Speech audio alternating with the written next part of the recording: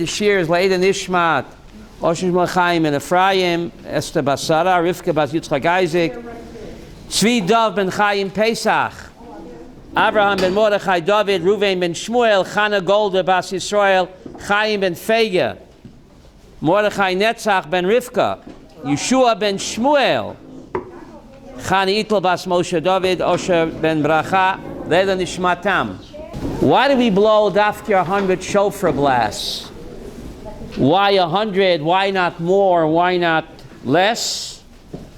There's a strange Tosfot in Rosh Hashanah Daf Lamed Gimel, if you have your sheet in front of you. Why Dafka we blow 100? Tosfos quotes a midrash that we blow 100 shofar blasts to parallel the 100 sobs of Arafat's mother. Oh yeah, right. Sisera's mother. I mean Sisera. He was the Arafat of his day, right, Gershom? Sisera was the Arafat of his day. So Tosfos Rosh Hashanah Lamed Gimel quotes a strange midrash because Sisera's mother, the chief terrorist of his day, she cried 100 sobs that Sonny Boy wasn't coming back. So therefore we have to blow 100 shofar blasts. My Inyan Shmita Eitzel Har Sinai. How do you say that in English? What's it got to do with the price of tea in China? What the heck is it? What's it all about? Rabbi, Yes, Ruvain. is the 100 blast because of the fact that he had a big headache? Because he had what? A big headache. He got a Excedrin headache. Yael gave him an Excedrin headache, number 100, right? What a way to go, right? She put a tent peg through his head, right, Gershom? Yael, remember? So when Arafat's mother discovered that Sonny Boy is not coming back, she sobbed 100 times, Malka. So therefore, we blow 100 shofar blasts. Doesn't seem to make, Sharona, sense. So hopefully we'll be able to make sense out of it this afternoon. 1 second. Okay. Before we begin, did you hear the story about Yankel the Chassid in Meir Sharim? All my stories are true, but some didn't happen yet. Most didn't happen. Yankel the Chassid, the day after Yom Kippur. You hear this, Mickey? He lives in Meir Sharim, a Bort and Payish, Streimel, and he's heavily in debt. Heavily in debt. Heavenly and Heavily in debt. They tell him, Yankel, there's a place called Las Vegas. Hi. The place called Las Vegas, Nevada, where there's casinos you can make a lot of money. But Yankel, you can't go with your Bort and Payas in the Streimel Kapata. In Las Vegas, you have to shave off your Bort and Payas, take off your Streimel, put on sunglasses, a Bermuda shirt, and Hawaiian shorts. Otherwise, you can't go. So Yankel figures, listen, it's a day after Yom Kippur. All my sins are atoned for, right? I'm heavily in debt.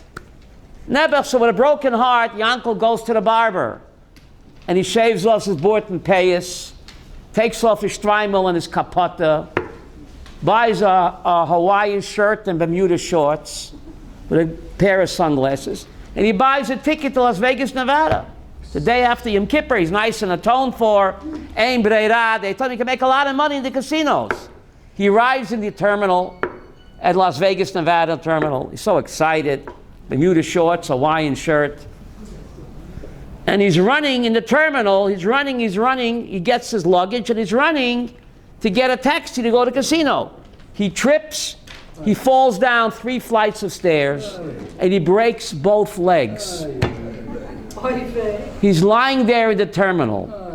He looks up, he says, Hashem, what did you do to me? I didn't even get a chance to leave the terminal. God says, Yankel, is that you? I didn't recognize you.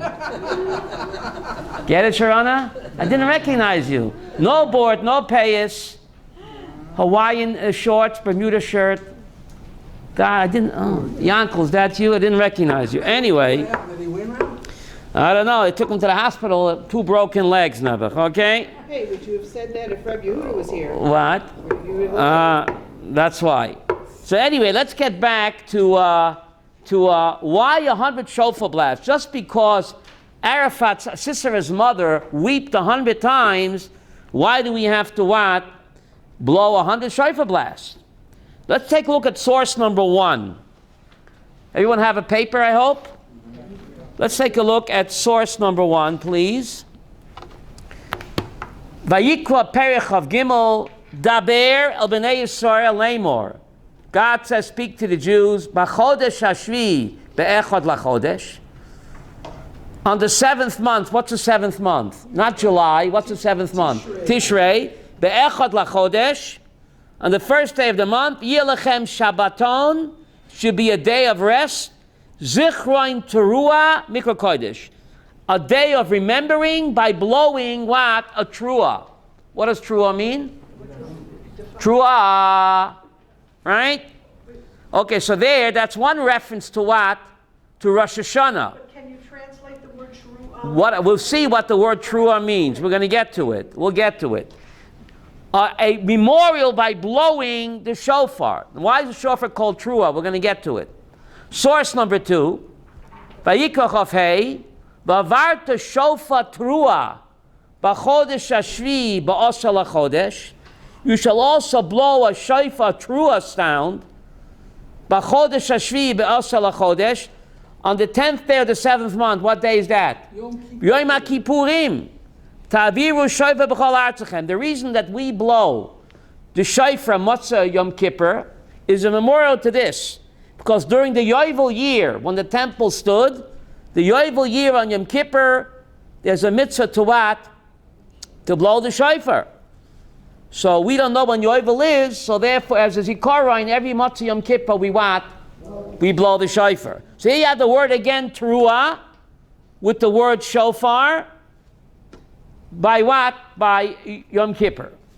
Source number 3, by Midbar Chavtes, B'chodesh hashvi be'echad lachodesh. Malka, source number 3 answers your question.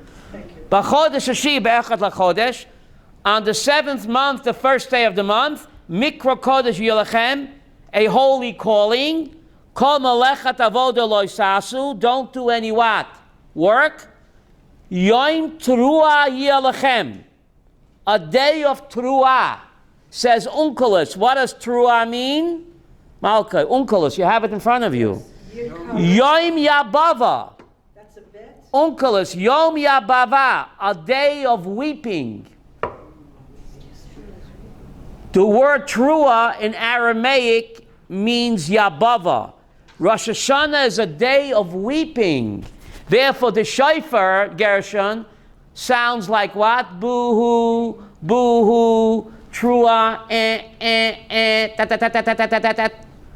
It's the weeping. We'll talk about it soon. So Rosh Hashanah, the purpose of the shofar is to make one weep. So Unkelus translates Yom Teruah, Yom Yabava. Yabava is what? It's an Aramaic word that means what? Weeping. Now look at source number 4, Masechta Rosh Hashanah. Say that the Tekiyot, Shalosh, Shal Shalosh, Shalosh. Min HaTorah, you're supposed to what? Blow three sets of 3. Shir Tekiah K'Shalosh Teruot, Shir Teruah K'Shalosh Yavavosh. 3 Teruah, staccato sound, is like 3 sobs. Sobs. Now, I told you, Malka, that the word Yabava is an Aramaic word. But we know that Hebrew and Aramaic often interchange. Is Teruah a Hebrew word? Teruah is a Hebrew word. Unkelus translates, what does Teruah mean? Yabava, weeping and wailing and sobbing. But you see, in source number 5, that even though Unkelus, who spoke and wrote in Aramaic, you see that Hebrew and Aramaic often what, Sharona? Interchange. Look at source number 5. Rav Zalman, you have a paper, no? Can you pass one to Rav Zalman? Thank you very much. Thank you. Source number 5 from the book of Shoftim. Background music, Rav Zalman. Arafat went to terrorize the Jews, Sisera. And Yael made him a head shorter. Yael gave him a sudden headache. Sudden headache, right? So he's not coming home. His mother is waiting by the window. She can't understand. Why is my arch terrorist not coming home? He always comes back successful for murdering Jews. What happened this time? He's not coming home. Source number 5, the book of Shoftim, Ba'ada Chalon Nishkafa. She's sitting by the window, Arafat's mother, Sisera's mother, and she's eagerly what, Reb Zalman? Watching. And the pasuk says, Vatiyabeb aim Sisera, Vatiyabeb. So she cried, she sobbed.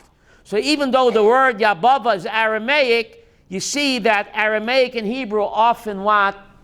Interchange. The book of Shoftim was written by Samuel the prophet, and he used the Aramaic word, Vatiyabeb aim Sisera. Sisera's mother wept and wailed. So Yom Teruah, Yom Yabava. We have to what? Blow 100 shofar blasts in order, Gershom, to neutralize the 100 sobs of what? Of bin Laden's mother. Does that make any sense? Yes? It does? What? What's the difference between the first source and the third source? I'm just bringing sources where you have the word Teruah. It says the same thing, basically. Teruah. First and third are the same point. Oh, very good. Source number 1 says Zichron Teruah, a memorial to blow the shofar. And source number 3, Gershom, says what? Yom Teruah. So isn't that a repetition? Very good. So the Talmud Yerushalmi says, no. This is a remez that if Rosh Hashanah falls on Shabbat, it's Zichron Teruah.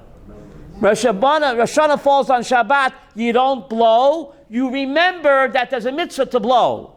Source number 3 is when Rosh Hashanah falls on Monday and Tuesday, Zalman. Then it's Yom Teruah. Then you actually blow. Source number 1 says Yerushalmi in Rosh Hashanah. Zichron Teruah is a remez. How do you say remez in English? A hint that when Rosh Hashanah falls on Shabbos, it's not Teruah, but it's what? Zichron Teruah. Very good. It's a remez, a memorial. So you don't blow the shofar. You remember that there's a mitzvah to blow, but you don't actually do it because on Rosh Hashanah, Shabbat, you don't blow the shofar. But getting back to, yes? Here's one note. You said that there's going to be crying involved here because we're sobbing. The sound of the shofar is supposed to make you weep, and that's why it sounds like a sob. Okay, but I thought Rosh Hashanah was also supposed to be, in some sense, a happy day. Oh. Too.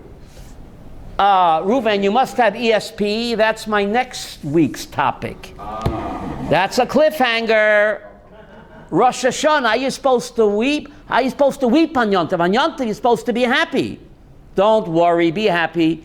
And yet, there's a mitzvah to weep. So it seems to be a little confusing. That's next week's topic, Reb Reuven. Next week's topic is Rosh Hashanah on trial or on parade. On one hand, we're on trial for our lives. So you should be weeping. On the other hand, we're parading on honor guard in front of the king. So it seems to be a contradiction. So we're going to talk about that, God willing, next Sunday. Okay? But now let's get back to Arafat's mother. Sisera's mother. Bin Laden's mother. So what's the connection? What's the connection? What's the connection?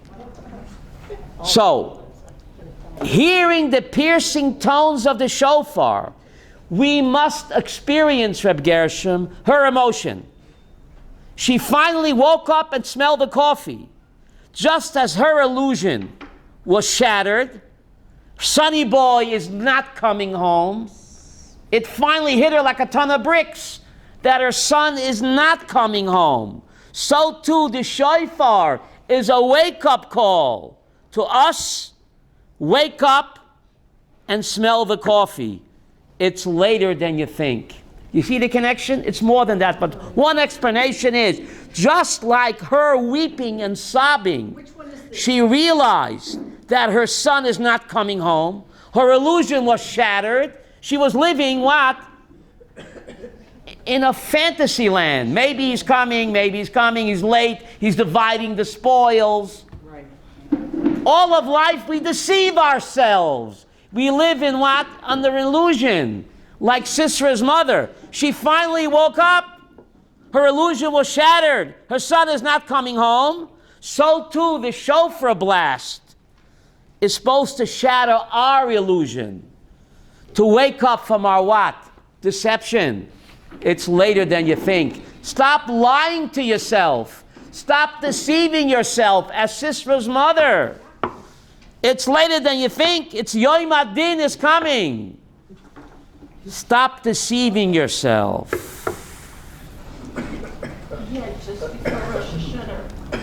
So that's one connection between what?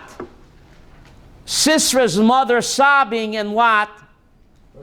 And our shofar blast. To shatter the illusion. Her illusion was shattered. Sonny boy is not coming home. Right? So we shatter our illusion. People deceive themselves with their high-tech gadgets. Run here, done there, vacations, another high-tech. Stop deceiving yourself. The Yom Adin is around the corner. Wake up and smell the coffee, as Sisera's mother had to face the terrible truth. Stop lying and deceiving. So one thing, it's a wake-up call. It's a wake-up call like she woke up. But of course, it's much more than that. It's much more than that. There's a pasuk in the book of Yeshayahu 45. This is not on your sheets. Yotze or borei choshech, ose shalom borei ra. Ani Hashem oso ka'ele. God says, I form light and I create darkness. I make peace and I create evil. Ani Hashem oso ka'ele. Yeshayahu 45. That even Ra has a toyelet. Even evil, God creates evil, it also serves a purpose. Please hear me well. There's a toyelet to Sisera as well. The epitome of evil. Sisera. That even evil somehow is part of God's hidden plan. There's a pasuk in the book of Nehemiah, chapter 9. Va'ata mechayet kulam. You, God, give life to all. Even evil has a hidden purpose. The 100 sobs of Sifta's mother and the 100 shofar blasts is to teach that what? That on the Yom Hadin, God considers everything. Even evil sometimes, we call it a necessary evil, somehow serves God's plan. And where do we see it, Gershom, by Sisera? Please fasten your seatbelts for this one. Otherwise you might fall off your chair. Remember, Yael had sexual relations with Sisera. Remember that. Right? She had sexual relations with him more than once. She gave him a lot of Viagra. Why did she do that? To tire him out, to weaken him, to tucker him out, to be able to what? To kill him. I think it's called the Black Widow Spider syndrome. She had multiple relations. Look in the text. Multiple relations she had with him, a married woman, but she had no choice. She had to tire him out in order to make him a head shorter. Otherwise, he'd go back and bring back more terrorists to terrorize the Yidden. The Zohar HaKadosh says something incredible. Yael became pregnant from that encounter. She became pregnant. A married woman. Now remember, Sisera was a goy. She was a goy too. Well, that's not so simple. I don't want to get into that now. Was she a goy? She was a convert to Judaism. Yael was a convert to Judaism. She was a shofetet. So she was a if she was a goy, she couldn't be a shofetet. Eishes chever akeni, That's the family of Jethro. They were gerim to Yahadut. If you look in the Shirat Devorah in Shoftim chapter 5, Devorah says that Yael was a shofetet. She was a judge. She was a judge. You don't know that. Devorah was a judge and so was Yael. If she was not Jewish, she couldn't be a judge. So she was a righteous convert. Now, a married woman having relations with another man, the child is a mamzer. If the other man is what? A Jew. If the other man is non-Jewish, it's still adultery, it's still capital punishment, but the child is not a mamzer. Because the father was a goy, there's no mamzerut by a goy. It's still adultery, it's still capital punishment, but technically the child is not a mamzer. So the Zohar says, Chava, that from this relationship she became pregnant. This child that she had was the great-great-grandfather of Rabbi Akiva. So what do you see from this? That even evil has a plan. From this terrible, disgusting act, she had to lower herself to knock off the terrorist, and she couldn't do it without tucking him out first.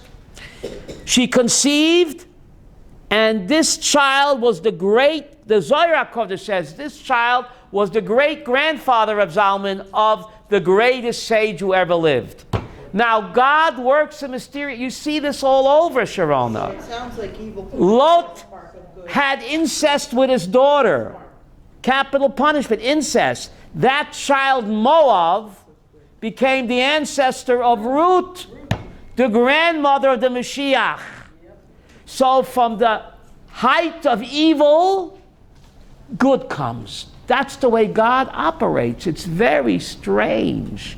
Lot and his daughter, incest. Moav, the ancestor of Ruth. On one side. On the other side, Yehuda had relations with Tamar. Having relations with a Zonah, especially a daughter-in-law in Jewish law, is capital punishment. And yet, that child that they had, Peretz, was the great-grandfather of Boaz. So, Moshiach is the product of incest on both sides. King David, the Mashiach, the whole world is waiting for the Mashiach. His mother, his grandmother Ruth, comes from incest. Great-grandfather David. One, please. Not Boaz. I said Moav, please. 1 second. King David is the product of incest from both sides. On his mother's side, Ruth is his grandmother. Ruth comes from Moav. Who is Moav? A product of incest of Lot and his daughter. The child is Moab. What does Moab mean? From father. Moab was the ancestor of whom? Ruth. Ruth was the grandmother of whom? David. So David's grandmother comes from incest. His grandfather, Boaz, comes from Peretz. Peretz is a product of incest. Yehuda had relations with his daughter-in-law. In Jewish law, Chava, if you have relations with a daughter-in-law, even when the son is dead, even if she's a widow, she's your daughter-in-law, it's incest. So they had a child called Peretz. Peretz is the grandfather of whom? Boaz. That means King David's grandparents from both sides is a product of what? Incest. If King David lived today, could he do a shidduch? They check his lineage. Evelyn, ay, ay, ay.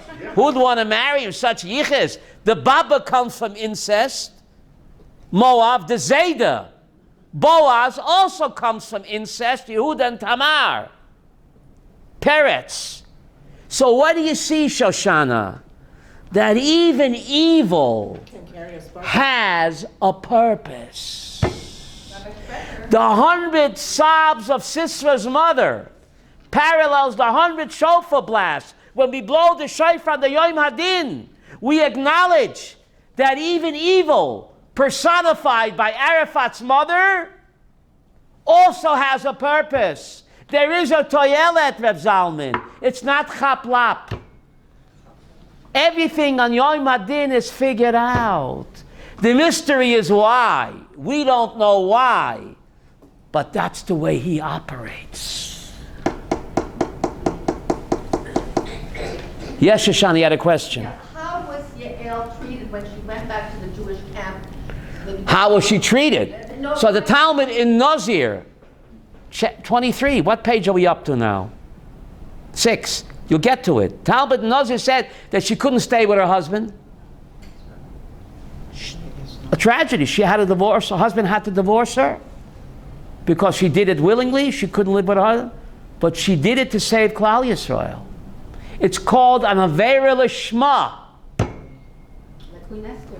Like Queen Esther. Very good. She wasn't kicked out of the Jewish. No, she just couldn't live with her husband.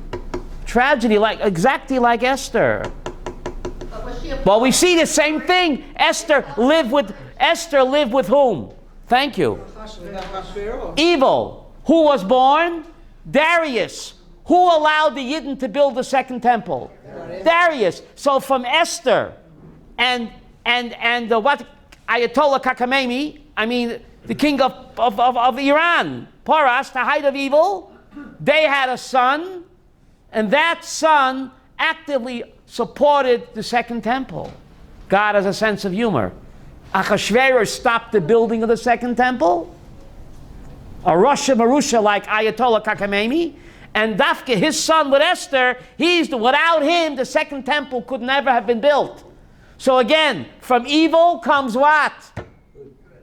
This is the way God operates. So on the Yom Hadin, we blow the 100 shofar blast, acknowledging that even Sisera and his wicked mother also somehow a part of what? The divine scheme.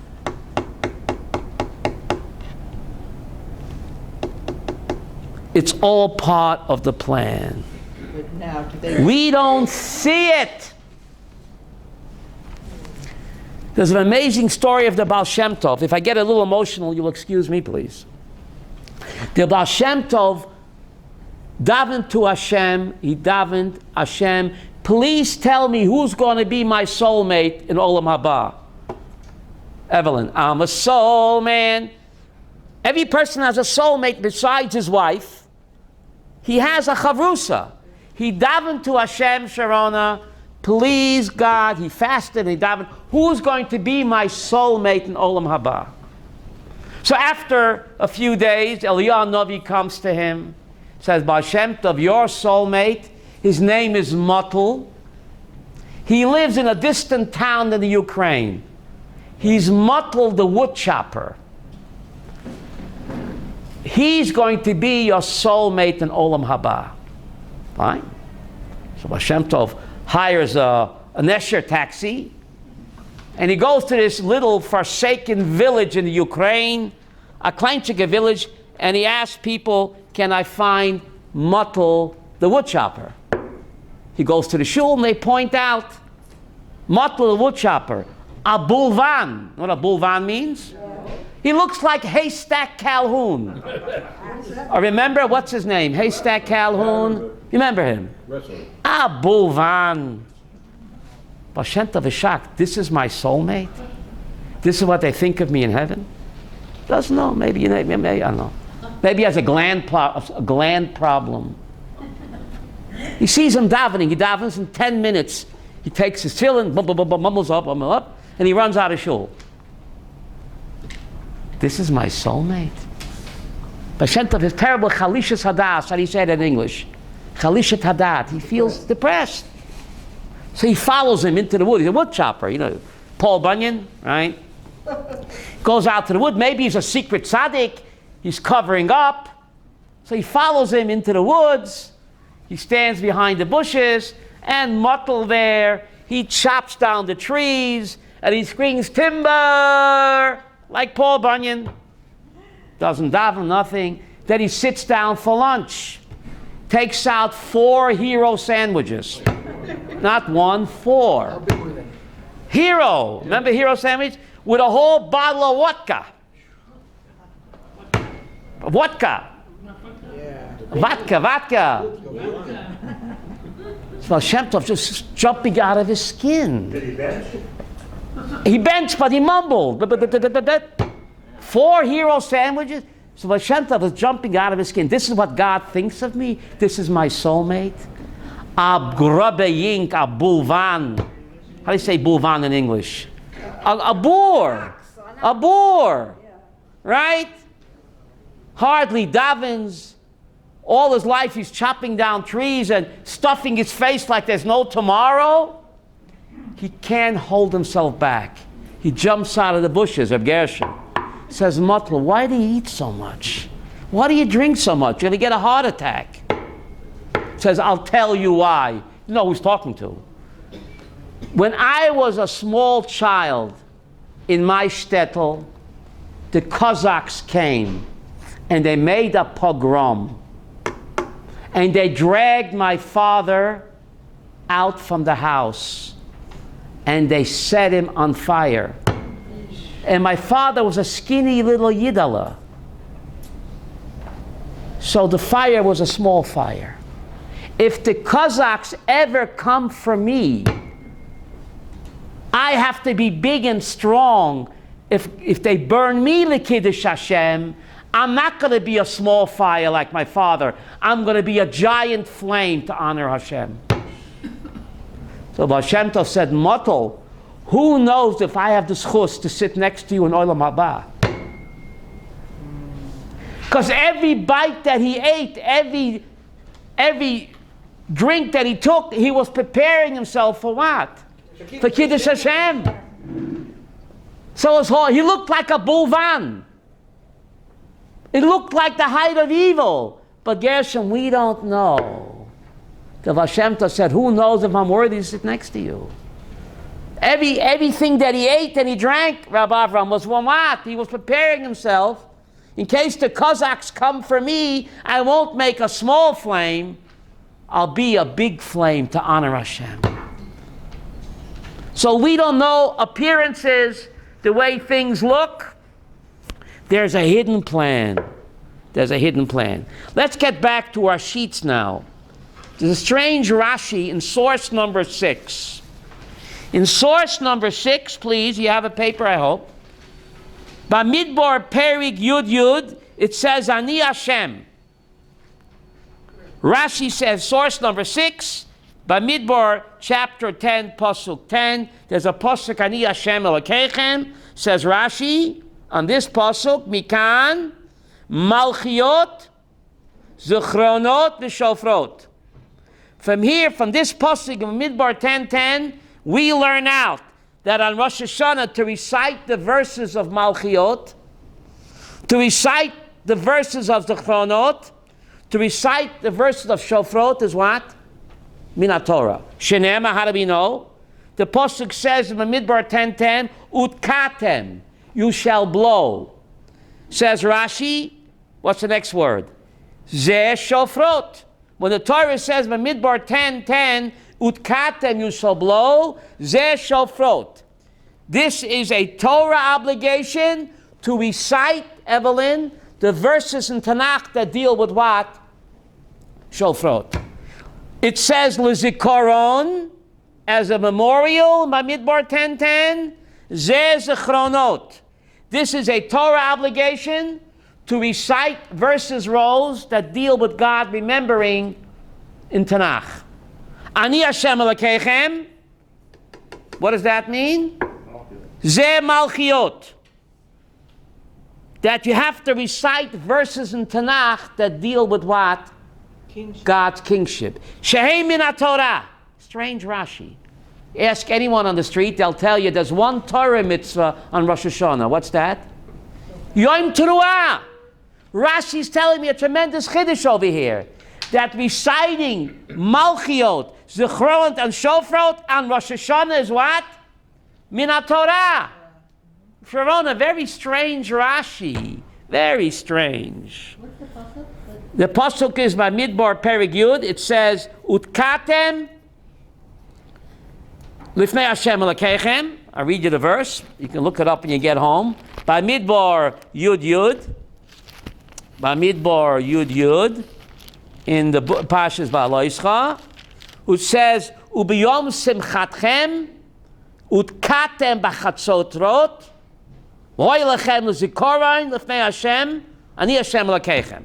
So Rashi analyzes the words back in number 6, Mikan malchiot, Zechron shofar shenema utkatem. When the Torah says you shall blow, that's shofrot. That you have to recite psukim in Tanakh Chava that deal with the theme of what? Shofar. Lizikoron. When the Torah says as a memorial the shofar, zeh zechronot. You have to recite verses in Tanakh that deal that God remembers everything. Ani Hashem Elokeichem. Zeh malchiot. We have to recite psukim in Tanakh that deal that God is what? Our king. Shehei min HaTorah. Very strange Rashi. I always thought that the only Torah mitzvah Gershom on Yom Tov is what? Yom Teruah. Rashi says no, reciting these verses is a Torah mitzvah. Why? Why? I'll prove to you, Rav Zalman, because these verses that deal with God's kingship, remembering in Shofar, they're a pledge of loyalty. On the day we coronate him as a king, we take a pledge of loyalty. Somehow, Malchiot, Zechronot, and Shofrot are a pledge of loyalty to coronate the King of Kings. The question is how and why. Fasten your seatbelts. The Rambam gives us, Shoshana, 13 Ani Mamins. Ani Mamin. You know all 13? Yeah. You do? Well, By heart. I read them. I don't know them all, but thank God the Sefer Ikrim, Yosef Albo, in the year 1414 rose, did me a big favor. He took all 13 and he boiled it down to 3. If you know the 3, you know the 13. All 13 Ani Mamins can be summarized by the Gimel Ikrim, Yosef Albo. Number 1, Hashem Echad. Number 2, Torah min Hashemayim. Number 3, Schar va'onesh. Any one of the 13 fit nicely, Gershom, in what? In those 3. Believing in Mashiach. That's Schar va'onesh. Torah min Hashemayim. The rabbis didn't make it up. All of the 13 Shoshana fit beautifully into what? 3.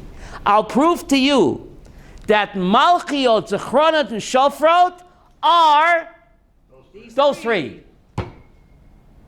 And on the day we coronate him as a king, it's only logical that we take what? Pledge of allegiance. So therefore Rashi says reciting these psukim of Gershom is what? Is a doraita. Look in Rashi by Midbar 10:10, Pashas Ba'aloischa. Let's start with what? Hashem Echad. The belief that there's one and only God.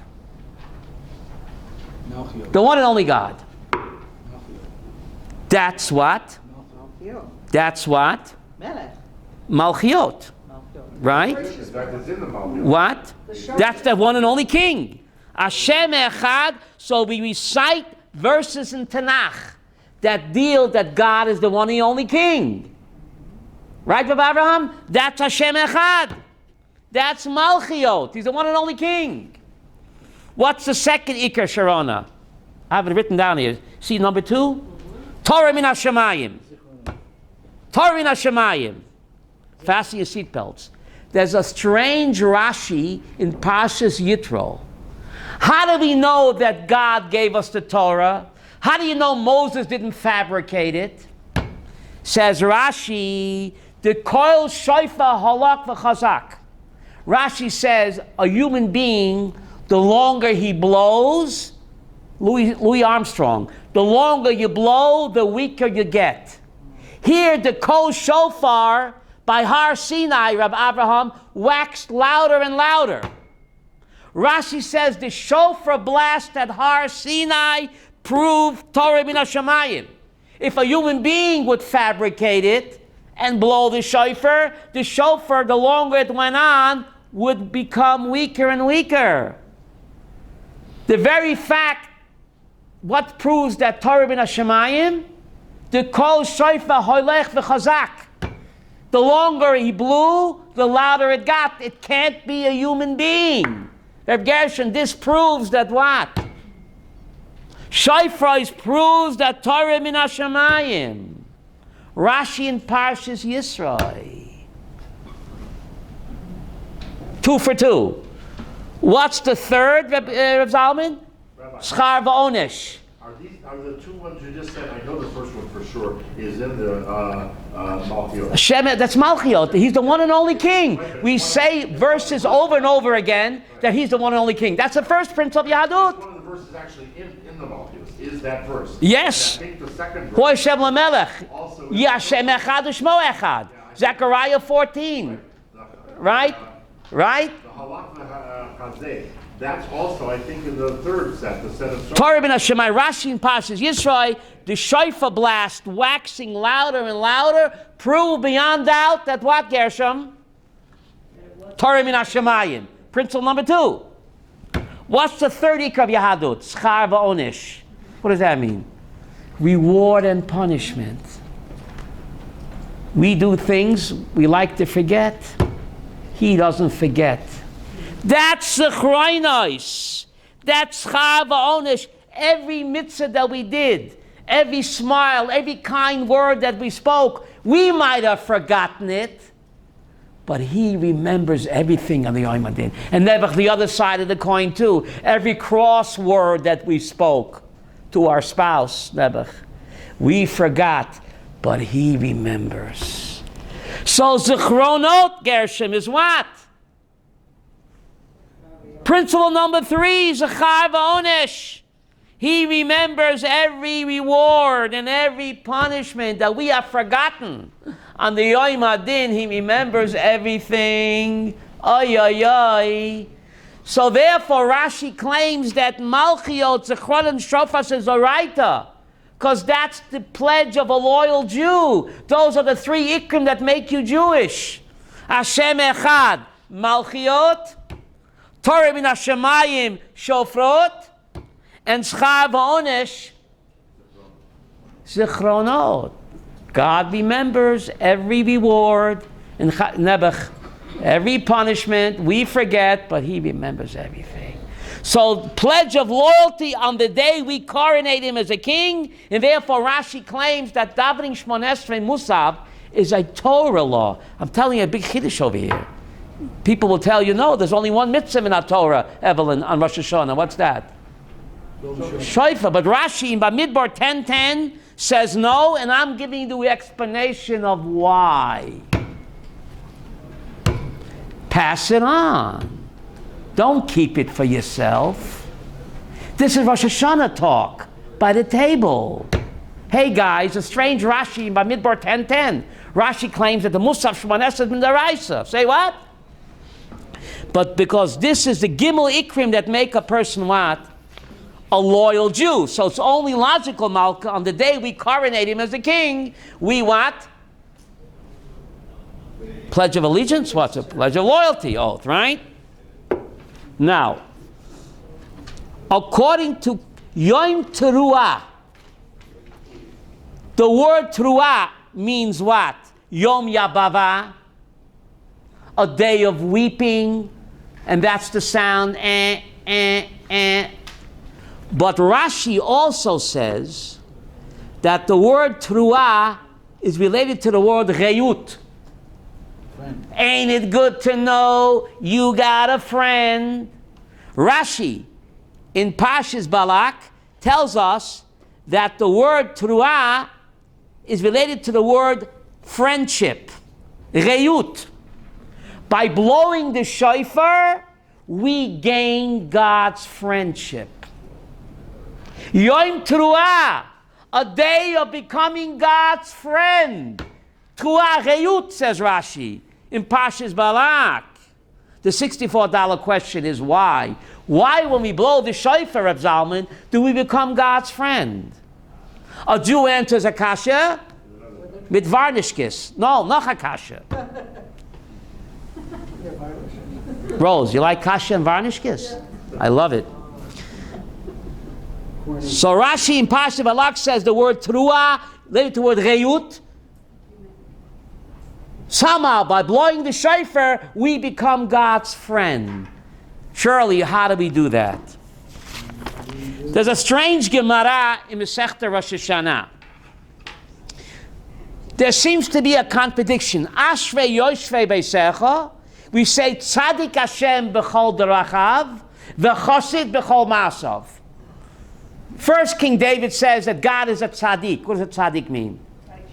Tzaddik means you do what you have to do and not more. And then he says v'chosid b'chol maasav. What does chosid mean? A shtrimbel and a kapata? No, he does Beautiful. more. He does more. Beautiful. So the Gemara of Rosh Hashanah says King David, Rosh Hashanah 26. King David, you're contradicting yourself. First you call God Lillian a tzaddik. 3 times a day we say, you're a tzaddik. A tzaddik does what he has to do, but he doesn't step over the line. And then you call God a chassid. Even without a shmaimel. A chassid means, as Rabbi Aaron said, Evelyn, Lifnim Mishur Sadin. Make up your mind. Is God a tzaddik or is he a chassid? Chabadnik? Gera chassid? Says the Gemara in Rosh Hashanah 26, Reb Zalman. Fasten your seatbelts. Long before then. Tzaddik is lifnei tkiyat shofar. Chassid, achat tkiyat shofar. Before we blow the shofar, God is a tzaddik. You get what you deserve. That's midas hadin. After we blow the shofar, God becomes a chassid. He switches from what? From midas hadin, which is tzaddik, to midas harachamim, which is what? Chassid. Just because we blow the horn, come blow your horn. Who said that? Says the Talmud. It says in Tilim, chapter 89, Ashrayam Yodei Truah. Fortunate is the people that know how to blow. Tilim Peites, Lillian, Ashrayam. Fortunate the Jewish people, Yodei Truah, Gershom. They know how to what? Blow. So the Talmud in Rosh Hashanah says, what do you mean know how to blow? What about Satchmo? Hello, Dolly. You didn't know how to blow. What do you mean fortunate the people that know how to blow? Louis Armstrong also knows how to blow. Louis Armstrong was taken care of by Jews, by the way. Okay. They bought him his first. Says the Gemara in Rosh Hashanah 26, Yodim lefatot et HaKadosh Baruch Hu midin l'rachamim. Strange Gemara, Gershom. They know, what do you mean they know how to blow? Satchmo blows. Yodim rose, they know lefatot. I don't want to translate that word. Who wants to translate? Yodim lefatot et HaKadosh Baruch Hu mimidas adin limidas harachamim. To change Kaviyachol God from tzaddik, which is din, to what? Chassid, which is what? Rachamim. We are fortunate, says King David in Psalm 89. What's so magical, Rabbi Yaakov Goldman, about blowing the shofar? Why does it lefatot? How do you translate that, Gershom? I'm afraid to translate that. You want to try? Yodim lefatot et HaKadosh Baruch Hu mimidas adin limidas harachamim. You said it.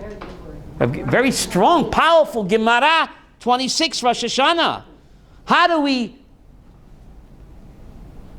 seduce God from din to rachamim? Blowing of the shofar? Yes. What's it all about? Is that those hundreds? Says the Zohar HaKadosh, the shofar is the cry from the Jewish heart. We don't have any words to express our regret. All we can do is what? Sob. Boo-hoo. Yom Teruah.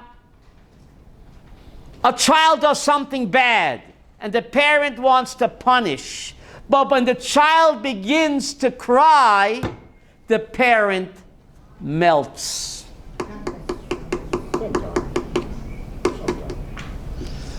On the Yom Hadin, God is our Melech, but Avinu Malkeinu. He's a melech, but before he's a melech, he's what?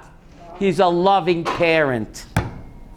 So when we cry, the shofar induces us to cry. It's to cry from the Jewish heart. God, I want to get close to you. I don't have the words to say it, but all I can do is weep. So when a loving parent hears a child weeping, Reb Gershom, doesn't his heart melt? So Kaviyachol, Avinu Malkeinu. Through the sound of the shofar, God is the Avinu before the Malkeinu. The awesome power of what? Of the shofar. Right? The awesome power of the shofar. Through the sound of the shofar, the cry from the Jewish heart. It's the cry of the neshama. The Zohar HaKodesh says that the Tekiyah is God calling us. Come home, my child. The Shvarim Teruah is our reply. Yes, Abba, I want to come home. Help me. I don't have the words. Yes, all I have is the sobs. Shvarim Teruah. A loving father hears that. Chava, what can he say? Huh? Shvarim Teruah. And therefore tears are so important on the Yom Hadin. Even though it's a day of joy, Rav Zalman say Yantiv, but you should cry. We'll talk about it more. Why are tears so important? The shofar's Yom Yabava. But this will close. Please hear me. If I get emotional, you'll excuse me. The Zohar HaKodesh gives this mashal. Yom Yabava, a day of weeping that changes Kaviyachol God from the Midas Hadin, the awesome power of a Jew. Through tears and the shofar, we Kaviyachol, we make God take off his hat of Midas Hadin, the Melech, and put on the hat of what? Of Harachaman, Avinu before Malkeinu. Just because we cry. Why we cry? Says the Zohar, what's the analogy? If I get emotional, you'll excuse me. A king had one beloved son who became a no-goodnik. A king had a beloved son, but he was no good. So the psychiatrist said, you got to give him tough love. It's called tough love. You got to throw him out of the house, cut off his allowance. You're on a true story. It's called tough love. The child is a dope addict, a drug addict. The parent has to practice tough love. So the king had no choice but to expel him, throw him out of the palace, cut off his allowance. The prince became a vagabond. Is that the right word? Yeah. A vagabond. He went lower and lower. Right? Finally, Ein Breira, he comes knocking on the gates of the palace. The guards look at this guy, upgerissen, schmutzig, like a bum, a tramp. He says, what the heck are you doing here? He says, I'm the prince, let me in. The guard said, what are you, nuts? You're the prince, you're a tramp. Get the heck out of here, we'll call the police. And he keeps banging on the gates. No, I am the prince, I am the prince. And he's covered with soot and schmutz. You know, like... he says, I'm the prince. I said, you're a maniac, get out of here. He begins to weep, and the tears wash away the schmutz. So the guard said, yes, you are the prince. Come in, your father's waiting for you. Tears wash away the schmutz. We're all covered, I know myself. I'm covered with schmutz from all year. The tears wash away the filth. And who we really are comes true. So the guards welcome us, the malachim welcome us back to the palace. Therefore, it's so important to weep that the shofar, the teruah, shvarim teruah, is supposed to make us weep, and therefore it sounds like a wailing.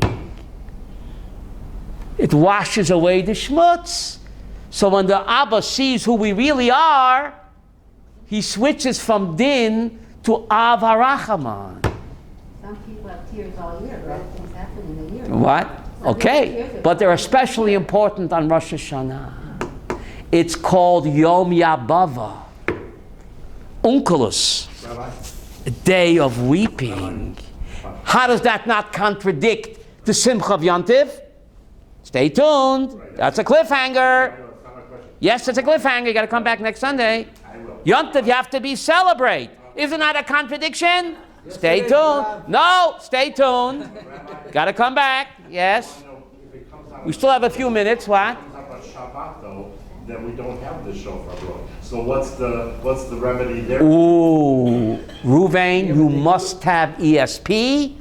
That's next week's topic. Can you cry on the So Reuven is asking a bomb kasha from Bomland. When it comes out on Shabbos, we are missing that. Are we deprived? Not when we have the base of Mikdash. Meshech Chochmah deals with your question. That's for next Sunday. I hope to see you all. So you'll address them? I will address it. I will address. Yes. Hold me to it. Yes, sir, Rabbi. Thank you very much.